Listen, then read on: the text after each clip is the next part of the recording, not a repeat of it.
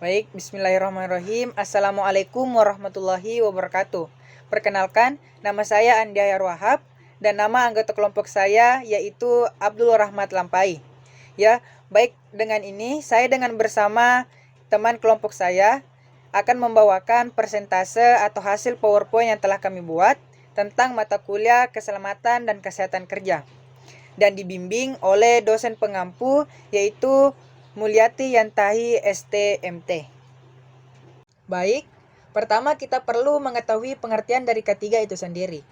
Secara umum, ketiga adalah perlindungan yang wajib diberikan oleh pihak pemberi kerja kepada karyawannya.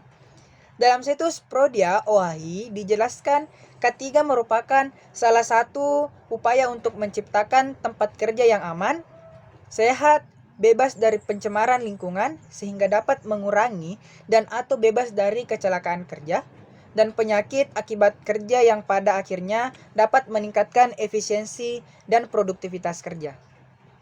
Selanjutnya, keselamatan kerja adalah kondisi yang aman dan kondusif dalam lingkungan kerja. Dalam situs, cermati dijelaskan, aspek keselamatan kerja mencakup perlindungan dan resiko terjadinya penderitaan, kerusakan, hingga kerugian di tempat kerja. Sedangkan kesehatan kerja adalah segala hal yang berkaitan dengan program kesehatan untuk para karyawan atau pekerja. Bila kesehatan karyawan terjaga, perusahaan akan memiliki sumber daya manusia yang sehat, jarang absen, dan bekerja dengan lebih produktif. Selanjutnya, yaitu tujuan dari ketiga. Berikut beberapa tujuan dari ketiga, yaitu yang pertama, agar setiap pegawai mendapat jaminan keselamatan dan kesehatan kerja, baik secara fisik, sosial, dan psikologis. Yang kedua, agar setiap perlengkapan dan peralatan kerja digunakan sebaik-baiknya, selektif mungkin. Yang ketiga, agar semua hasil produksi dipelihara keamanannya. Yang keempat, agar adanya jaminan atas pemeliharaan dan peningkatan kesehatan gizi pegawai. Yang kelima, agar meningkatnya kegairahan, keseriusan kerja, dan partisipasi kerja. Yang keenam, agar terhindar dari gangguan kesehatan yang disebabkan oleh lingkungan atas kondisi kerja. Yang ketujuh, agar setiap pegawai merasa aman dan terlindungi dalam bekerja. Selanjutnya yaitu pentingnya dari ketiga.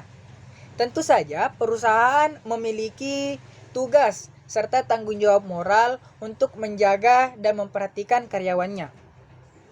Lebih jelasnya, berikut adalah alasan mengapa ketiga memiliki peran penting. Yang pertama, mampu menjaga reputasi perusahaan.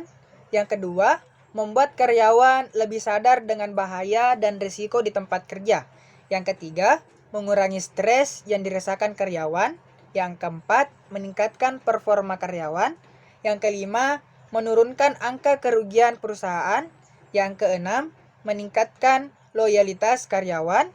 Yang ketujuh, mematuhi konsep Corporate Social Responsibility atau CSR. Yang kedelapan, menarik potensi bisnis di masa depan. Adapun solusi dari ketiga, yaitu sebagai berikut. Jangan menganggap remeh bahaya yang mengintai. Libatkan semua elemen untuk saling menjaga keselamatan. Jangan terlalu memaksa kehendak, tetapi fokuskan pada hal-hal yang mampu dilakukan.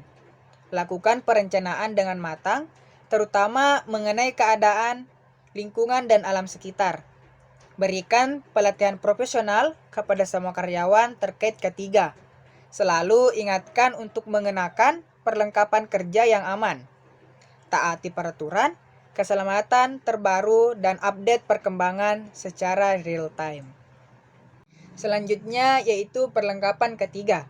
Perlengkapan ketiga sudah dijelaskan di Peraturan Menteri Tenaga Kerja dan Transmigrasi seperti di slide berikut ini. Langsung saja, berikut ini alat-alat perlindungan diri yang sesuai dengan standar kesehatan dan keselamatan kerja atau K3, yaitu yang pertama, helm keselamatan, yang kedua, sabuk dan tali keselamatan, yang tiga, sepatu boot, yang keempat, sepatu pelindung, yang kelima, masker, yang keenam, penutup telinga, yang ketujuh, kacamata pengaman, Dan yang kedelapan, pelindung wajah dan pelampung. Selanjutnya yaitu peraturan pemerintah tentang K3. Berikut undang-undang yang telah mengatur K3 sebagai berikut. Yang pertama, 1. Undang-Undang Nomor 1 Tahun 1970 tentang Keselamatan Kerja. Yang kedua, Undang-Undang Nomor 23 Tahun 1992 tentang Kesehatan. Yang ketiga, Undang-Undang Nomor 13 Tahun 2003 tentang Ketenagakerjaan. Yang keempat, Peraturan Pemerintah Republik Indonesia Nomor 11 Tahun 1979 tentang Keselamatan Kerja pada pemurnian dan pengolahan minyak dan gas bumi.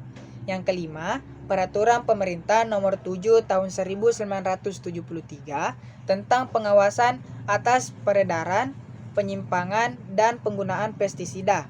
Yang keenam, Peraturan Pemerintah Nomor 13 Tahun 1973 tentang pengaturan dan pengawasan keselamatan kerja di bidang pertambangan. Yang ketujuh, yaitu Keputusan Presiden Nomor 22 Tahun 1993 tentang penyakit yang timbul akibat hubungan kerja.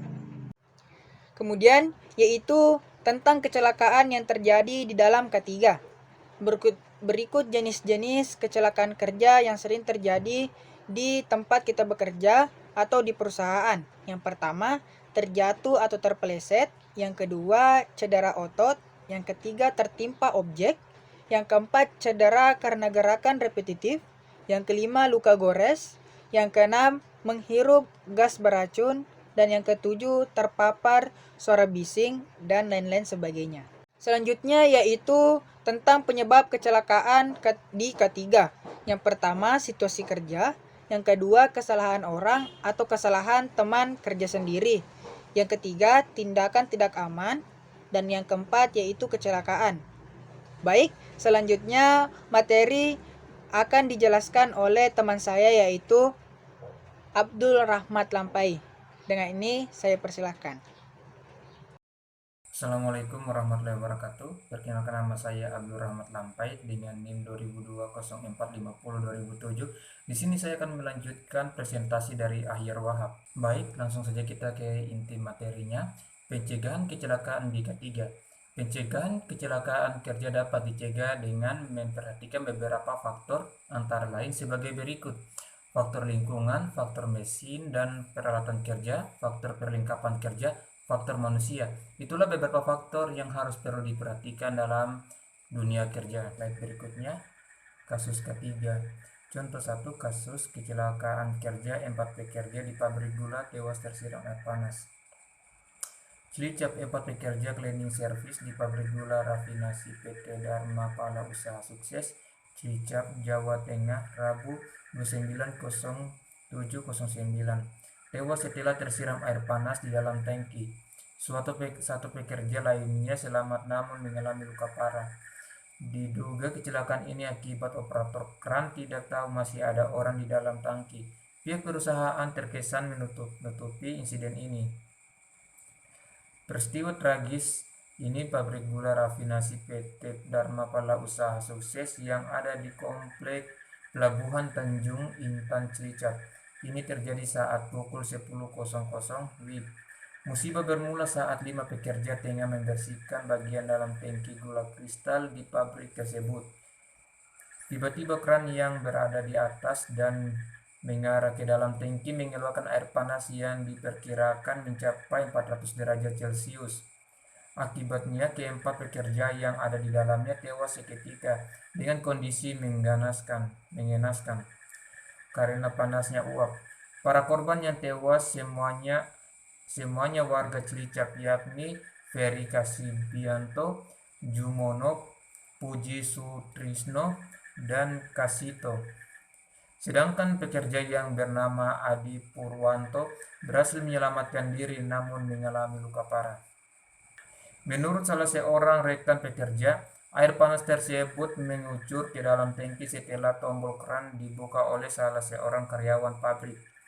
Diduga operator keran tidak mengetahui jika pekerja di dalam tangki tersebut belum selesai.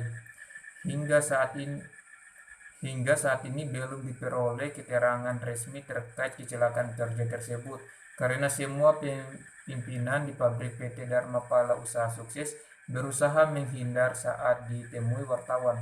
Sementara polisi juga belum mau memberikan keterangan atas musibah tersebut.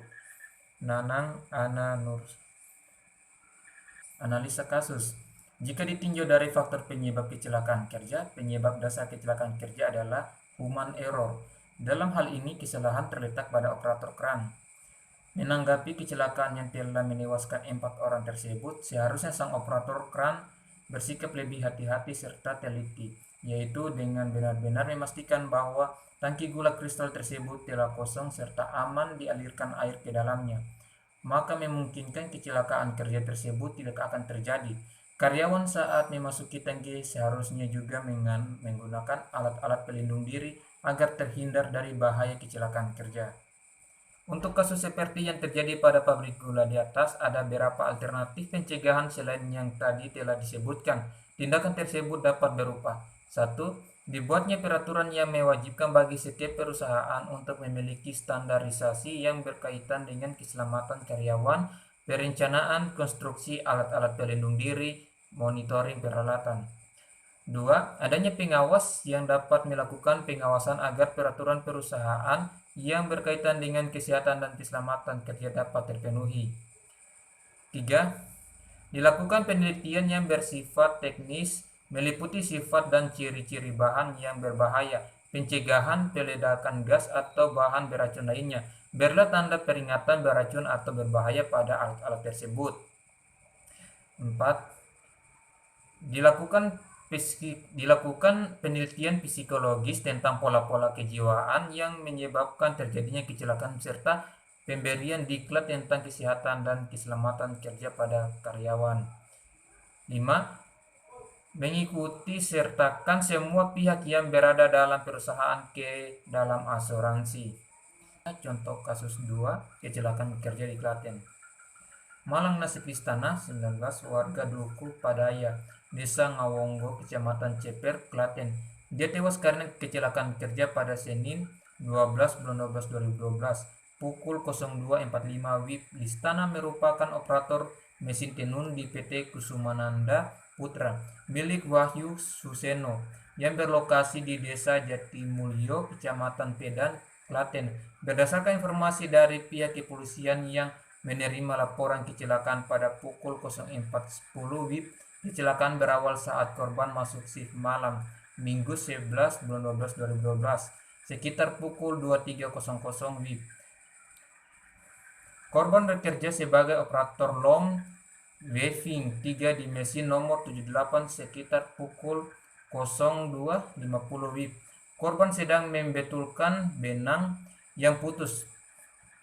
Namun pada saat menekan tombol on atau menghidupkan mesin, korban tidak menyadari jilbab yang dipakai menyangkut pada mesin yang berputar.